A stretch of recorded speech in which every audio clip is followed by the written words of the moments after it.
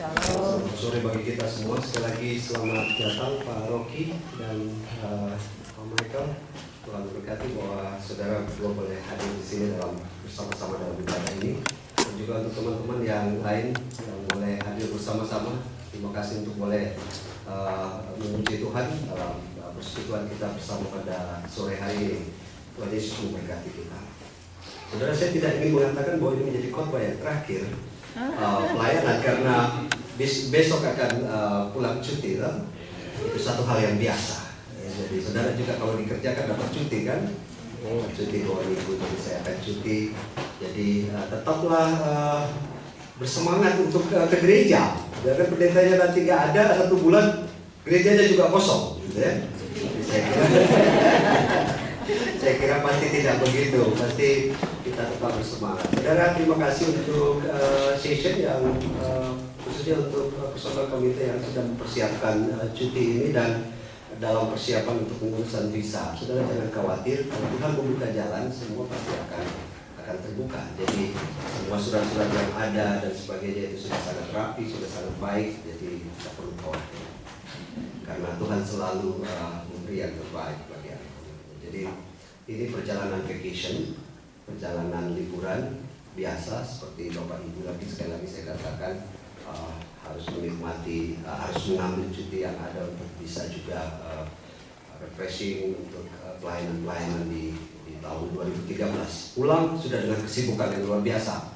Ada Natal, ada macam-macam ya. Jadi meskipun pendetanya nggak ada, saudara tetap harus bekerja bersemangat juga untuk melayani Tuhan karena banyak PR-nya. Session banyak PR-nya ini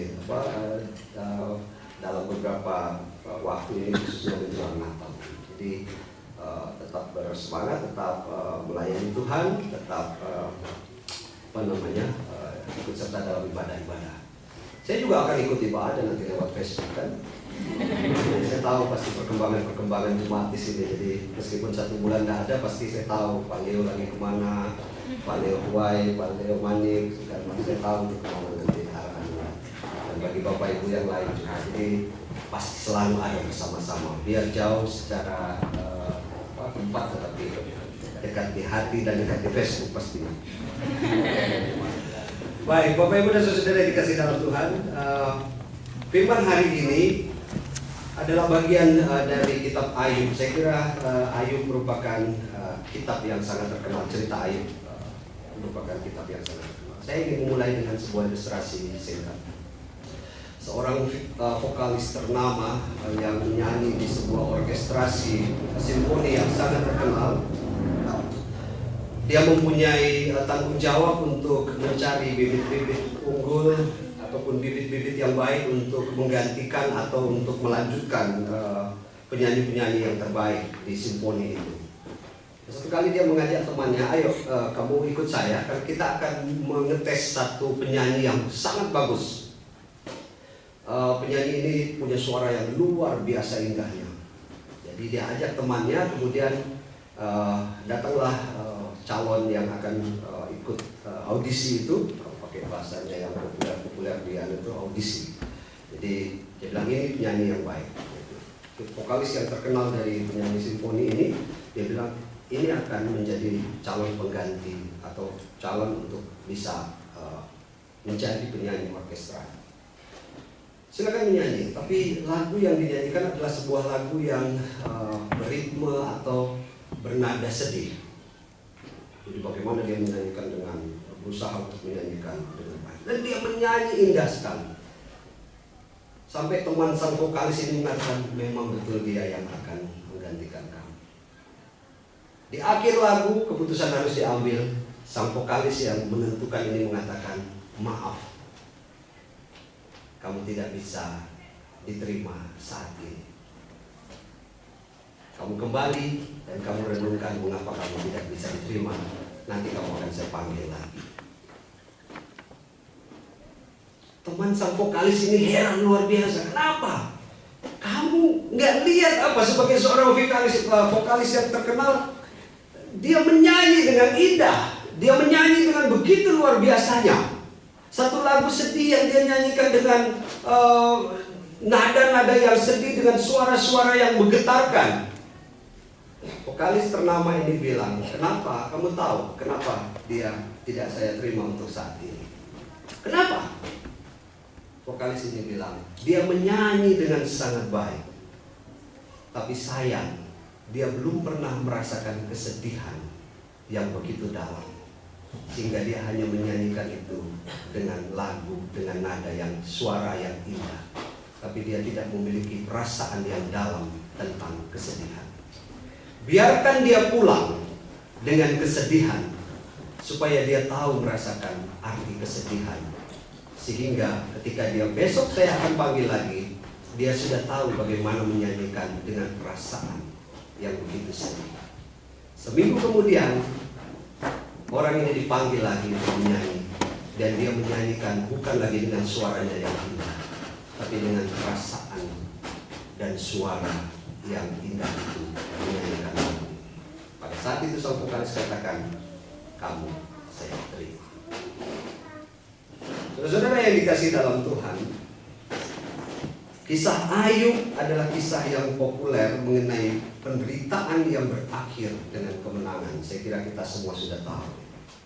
Kalau kita membaca pasal 23 tadi, itu adalah sebuah pasal tentang bagaimana respon Ayub terhadap temannya, terhadap sahabatnya yang bernama Elifas. Kalau saudara baca ayat yang ke-22, kita coba lihat ayat yang ke-22. Itu disebutkan dengan judul Elifas menganjurkan supaya Ayub bertobat daripada dosanya yang besar. Jadi rupanya Ayub ini dinasihati oleh temannya yang bernama Elifas. Tapi nasihatnya saudara perhatikan. Kalau di dalam Ayub pasal 1 ayat 1 dikatakan Ayub ini adalah orang yang takut akan Tuhan. Ayub ini adalah orang yang tidak bercela. Ayub adalah orang yang taat akan firman Tuhan. Tapi coba lihat nasihat atau teguran dari Elifas, teman-temannya di pasal 22. Saudara kalau baca ayat yang ke-5, saya cepat saja. Ayat yang ke-5, bukankah kejahatanmu besar dan kesalahanmu tidak berkesudahan? Ayub, kamu itu sampai seperti saat ini, itu karena kamu melakukan kejahatan yang besar dan kesalahanmu tidak berkesudahan. Itu sebabnya kamu sakit penyakit yang luar biasa. Karena dengan sewenang-wenang engkau menerima gadai dari saudara-saudaramu. Saudara bayangkan ya, Ayub yang begitu setia kepada Tuhan mendapatkan nasihat dari teman-temannya, kalau kamu mau sembuh, kamu harus bertobat. Kenapa? Karena dengan sewenang-wenang engkau menerima gadai dari saudara-saudaramu. Ayat yang ke-7, orang yang kehausan tidak kau beri minum, dan orang yang kelaparan tidak kau beri makan. Ayat yang ke-8, tetapi orang yang kuat dialah yang memiliki tanah. Oh, Ayub dituduh untuk merampas tanah-tanah itu. Dan orang yang disegani dialah yang mendudukinya. Janda-janda kau suruh pergi dengan tangan hampa, dan lengan yatim piatu kau remukkan. Itulah sebabnya engkau dikelilingi perangkap dan dikejutkan oleh kedahsyatan dengan tiba-tiba.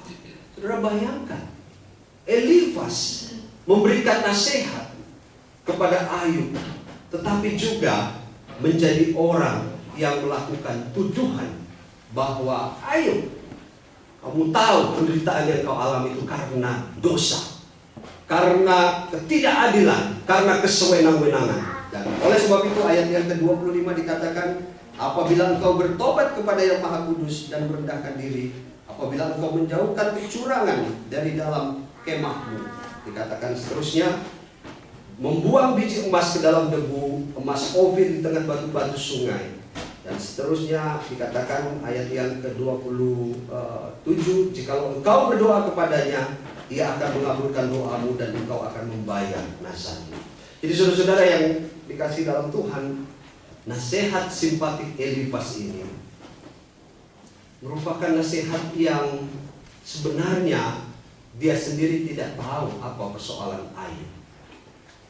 Ayub bukanlah orang seperti yang dituduhkannya, tetapi yang menuduh Ayub seperti orang yang melakukan begitu banyak dosa dan pelanggarannya.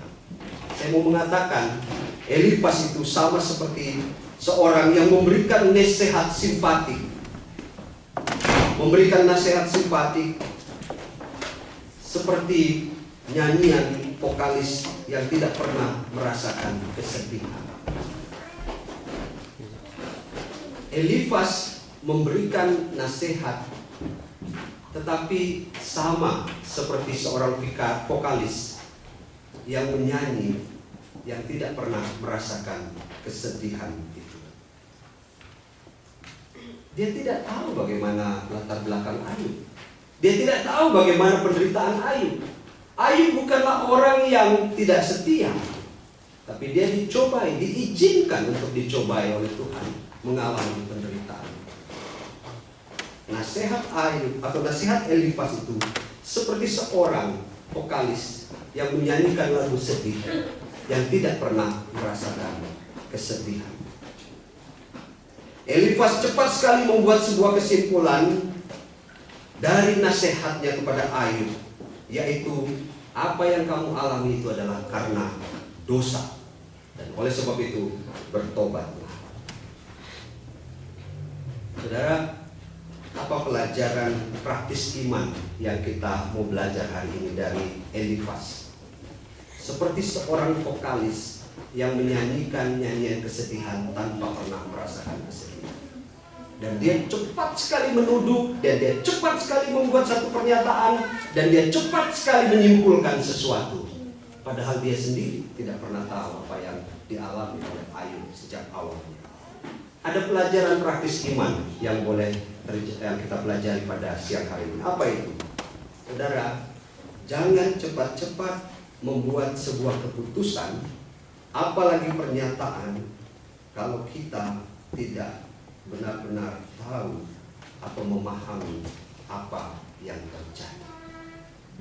Sering sekali kita memberikan keputusan, sering sekali kita memberikan atau mengeluarkan kata-kata, sering sekali kita mengatakan sesuatu dengan begitu cepat, dengan begitu bahkan mungkin bukan lagi bernada empati, hanya simpati, bahkan menjadi tuduhan.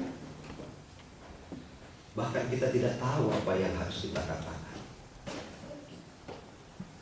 Karena apa yang kita katakan atau kita putuskan, jika itu sesuatu yang salah, saudara, itu akan bertambah besar dalam kehidupan di masa depan. Sekali lagi, pelajaran praktis yang bisa kita pelajari adalah jangan cepat-cepat membuat sebuah keputusan, apalagi pernyataan, kalau kita tidak benar-benar memahami apa yang terjadi. Karena setiap apa yang kita katakan kalau itu salah, setiap apa yang kita putuskan kalau itu salah, maka dampaknya bukan saat ini, tetapi dampaknya adalah di masa depan. Kalau saudara bicara tentang gereja, saudara bicara tentang keluarga, saudara bicara tentang pribadi, apa yang diputuskan oleh gereja, apa yang diputuskan oleh keluarga, apa yang diputuskan oleh pribadi-pribadi, kita harus tahu apa yang harus kita ambil.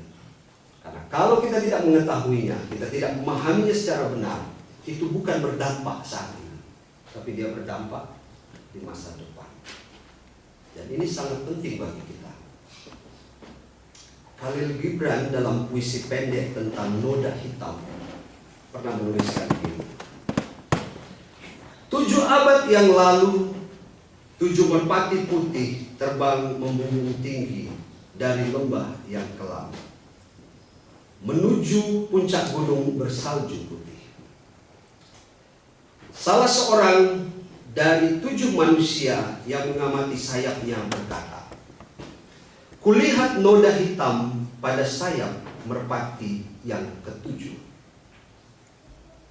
Saat ini penghuni lembah bercerita, 7 merpati hitam terbang ke puncak gunung bersalju putih." Saudara bisa memahami ini? Saya ulangi sekarang. 7 abad yang lalu, 7 merpati putih, perhatikan ya, 7 abad yang lalu, 7 merpati putih terbang membumbung tinggi dari lembah yang kelam menuju puncak gunung bersalju putih. Salah seorang dari 7 manusia yang mengamati sayapnya berkata, "Kulihat noda hitam pada sayap merpati yang ketujuh. Saat ini penghuni lembah bercerita, 7 merpati hitam terbang ke puncak gunung bersalju putih. Apa bedanya? 7 abad yang lalu merpati putih terbang. Dilihat oleh salah seorang, ada noda hitam di sayapnya. 7 abad yang lalu. Seorang ini hanya mengatakan hanya ada noda hitam di sayapnya. Tapi saat ini siapa yang terbang? 7 merpati. Merpati hitam terbang menuju puncak salju atau puncak gunung yang bersalju, bersalju putih. Apa problemnya? Ketika dikatakan hanya bernoda hitam, 1 hitam saja, ternyata itu bisa mempengaruhi sejarah perjalanan kehidupan itu sampai semuanya bukan hanya 1 titik, tapi kemudian menjadi semua menjadi merpati hitam. Saudara, apa yang kita putuskan hari ini, apa yang kita percakapkan hari ini, apa yang kita sepakati hari ini, renungkan baik-baik, pikirkan baik-baik, putuskan dengan baik, dan lihat pengaruhnya di masa depan. Ketika kita salah memutuskan sesuatu, ketika kita salah merumuskan sesuatu, ketika kita salah mengucapkan sesuatu, maka betapa dahsyatnya apa yang terjadi di masa depan. Dan saudara, ini menjadi sesuatu yang luar biasa untuk kita hari ini, untuk belajar bagaimana semua orang hari ini harus belajar merendahkan hati, belajar merenungkan, belajar untuk merendahkan diri, belajar untuk saling menerima satu dengan yang lainnya dalam berbagai macam kehidupan, baik di pekerjaan, di rumah tangga, di kantor, di mana-mana. Bagaimana supaya kita memutuskan itu tidak menjadi sebuah keputusan yang salah di masa depan, karena pengaruhnya di masa ini, karena pengaruhnya akan begitu dalam di masa depan. Nah, saudara-saudara, itu dari sisi Elifas. Bagaimana dari sisi Ayub? Kalau saudara sebagai Ayub atau saya sebagai Ayub dituduh, kamu berdosa, kamu harus bertobat. Kalau saya sebagai pribadi, kalau memang saya melakukan dosa dan pelanggaran, kalau saya melakukan kesalahan, firman Tuhan katakan bertobatlah. Bertobatlah. Jangan mengadakan perang, jangan mengadakan permusuhan, tapi bertobatlah. Meskipun sesuatu itu sangat keras, meskipun sesuatu itu sangat tajam, kalau kita tahu bahwa ini salah, maka firman Tuhan katakan bertobat. Tapi Ayub katakan tidak, aku tidak melanggar, aku tidak melakukan banyak dosa. Oleh sebab itu Ayub justru tidak mengambil sikap perang. Ayub justru tidak mengambil sikap dengan kata-kata yang kasar. Ayub tidak mengambil sikap menentang Elifas. Tapi sikap Ayub sangat luar biasa.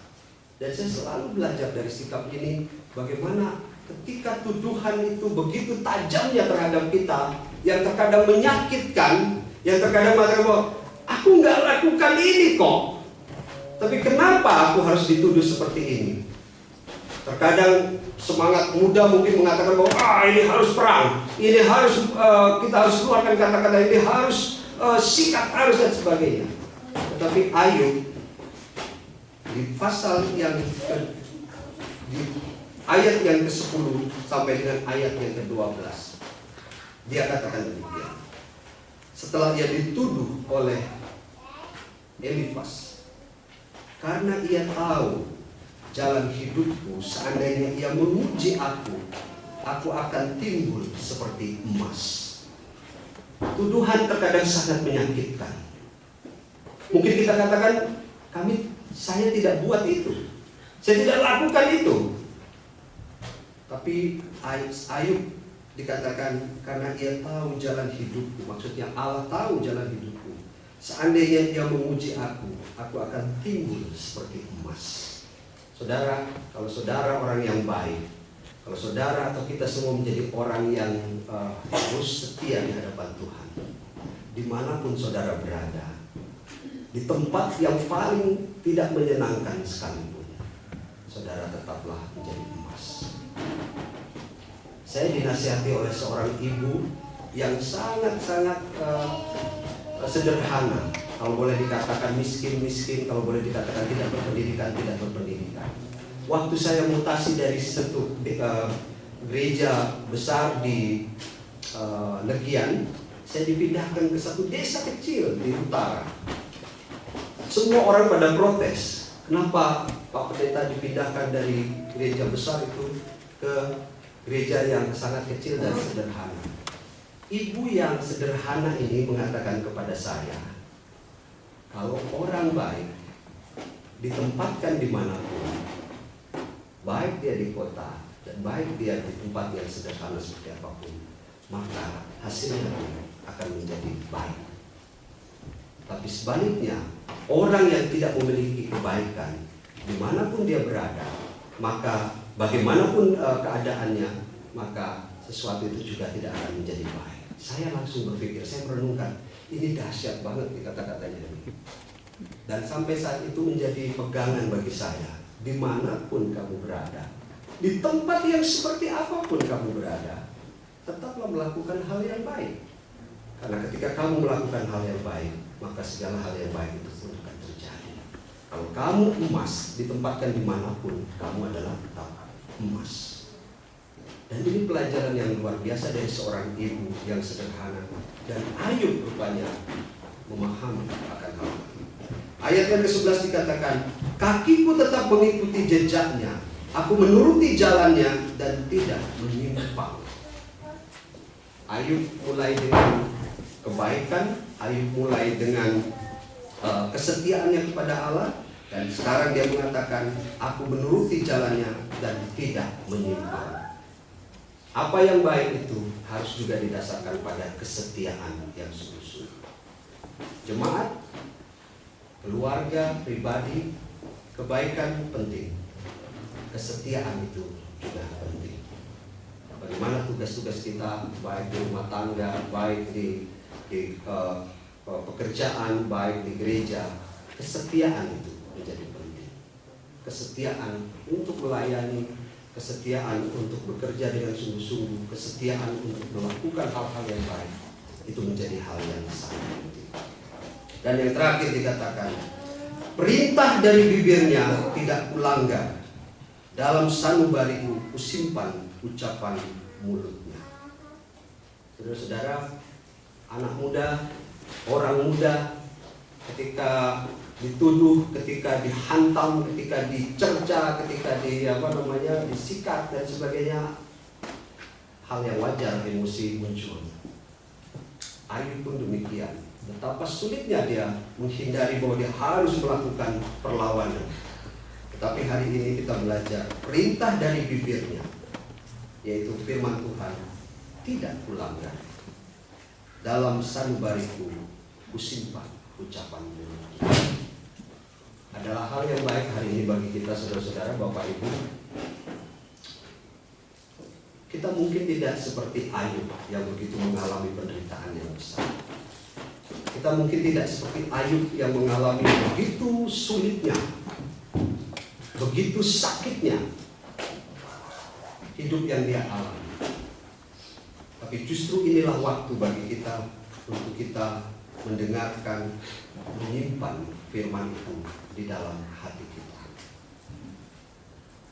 Alkitab ini satu waktu mungkin akan habis, entah karena apa.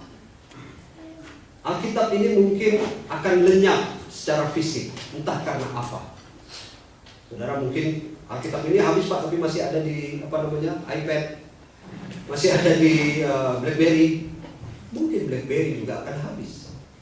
Mungkin iPad juga akan habis karena itu fisik. Mungkin semuanya karena berbagai hal akan hilang lenyap. Ketika gempa datang, semuanya hancur dan sebagainya. Ketika perang terjadi, semuanya bisa hancur, lenyap dan sebagainya. Tapi kalau firman itu ada di dalam hati, dia tidak akan pernah hilang lenyap. Dan tugas kita hari ini saya kira menyimpan firman itu bukan lagi di iPad, bukan lagi di dalam BlackBerry, bukan lagi semata-mata hanya fisik dari Alkitab ini. Mari kita belajar hari ini menyimpan firman ini di dalam hati kita. Karena ketika firman ada di dalam hati kita, dia tidak akan pernah hilang lenyap. Dan dia tetap akan menuntun kita. Seperti Ayub pada akhirnya mengalami kemenangan. Minggu-minggu depan ini kita akan melihat bagaimana Ayub mengalami kemenangan